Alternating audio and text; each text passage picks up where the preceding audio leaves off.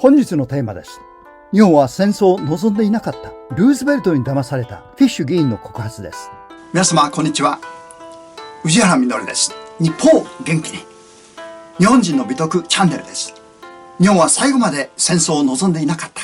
またアメリカの 85% もの国民が戦争を望んでいなかった。したがって両国は戦う必要がなかったのです。にもかかわらず、なぜ日米戦争が勃発してしまったのか。ここに答えがあります。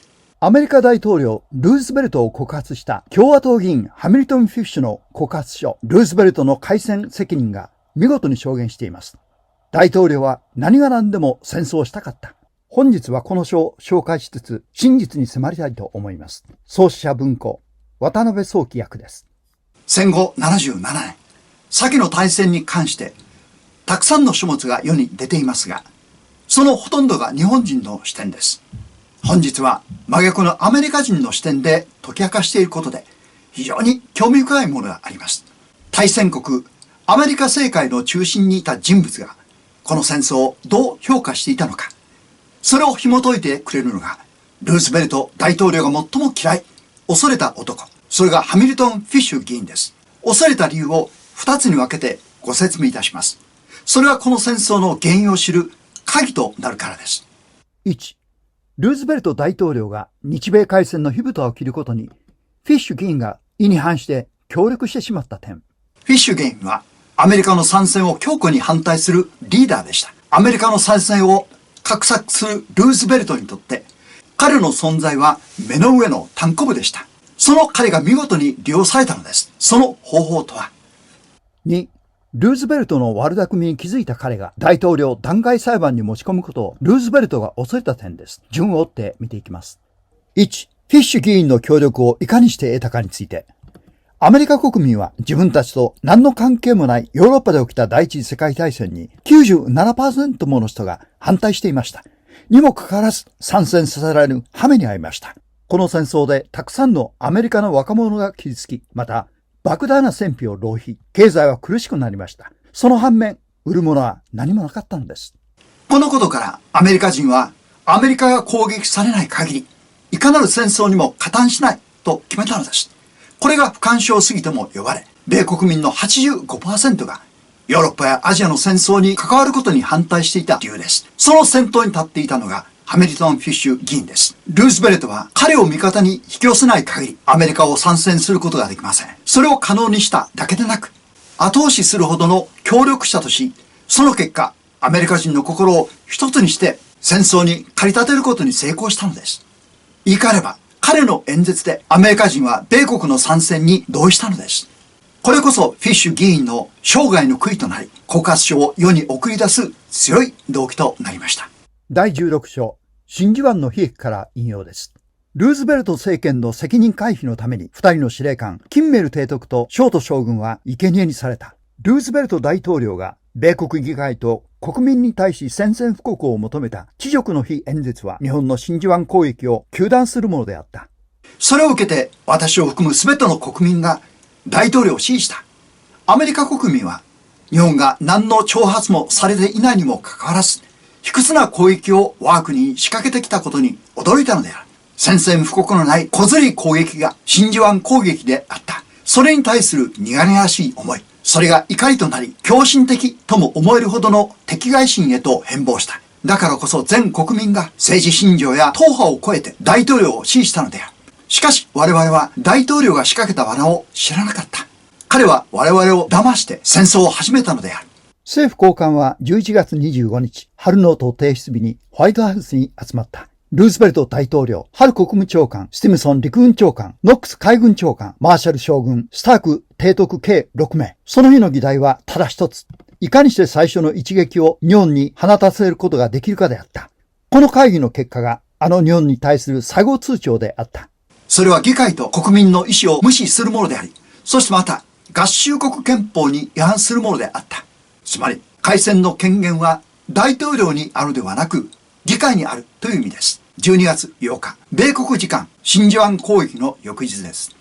私は下院議会運営委員会の共和党理事として、大統領の対日宣戦布告を容認するスピーチのために演台に立った。私の演説はラジオを通して国民に伝えられた。私はその演説を強く発している。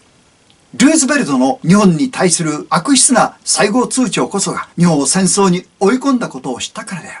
日本がもしあの最後通牒にもかかわらず、我が国と戦わない道を選択していれば、日本の指導者は国民に射殺されていたに違いない。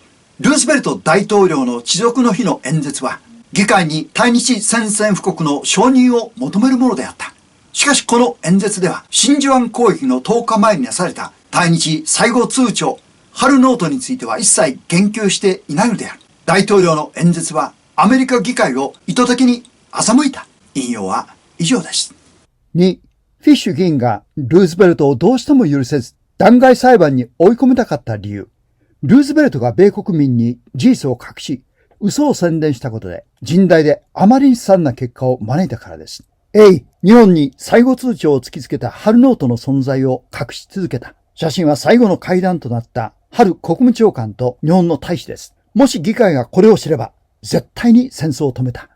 B、アメリカの対日金融政策を隠していた。これは明らかに両国間の緊張を高め、日本を対米戦争に引き込んだ。C、日本政府は天皇を筆頭にアメリカとの和平の道を懸命に模索していた。そのためなら考えられないほどの譲渡も厭わなかった。なのに和平交渉の途中に奇襲攻撃をかけたと嘘をついた。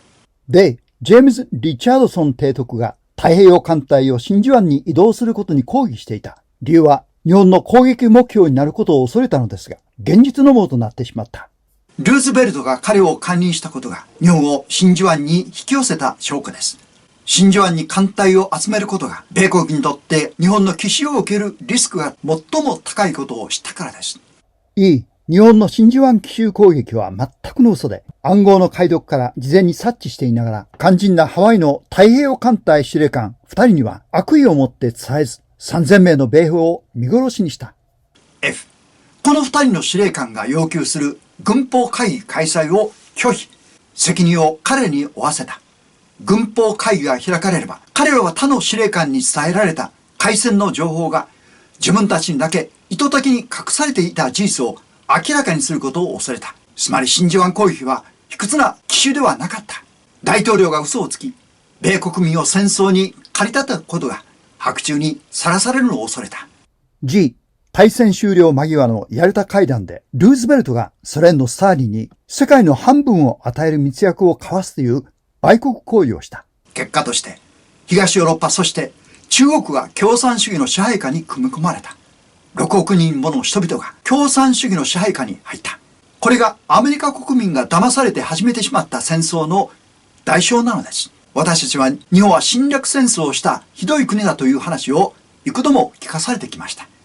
アメリカ政府の中枢にいた正義感あふれる共和党元党首、フィッシュ議員の証言を耳にして、皆様はいかがお感じになりましたか？それでは次回のご案内です。世紀のユダヤ難民救出劇。支援者は東條英機たちだった。チャンネル登録のベルマークと、よろしければ高評価ボタンを押していただければ嬉しいです。本日は最後までご視聴いただき、誠にありがとうございました。日本を元気に。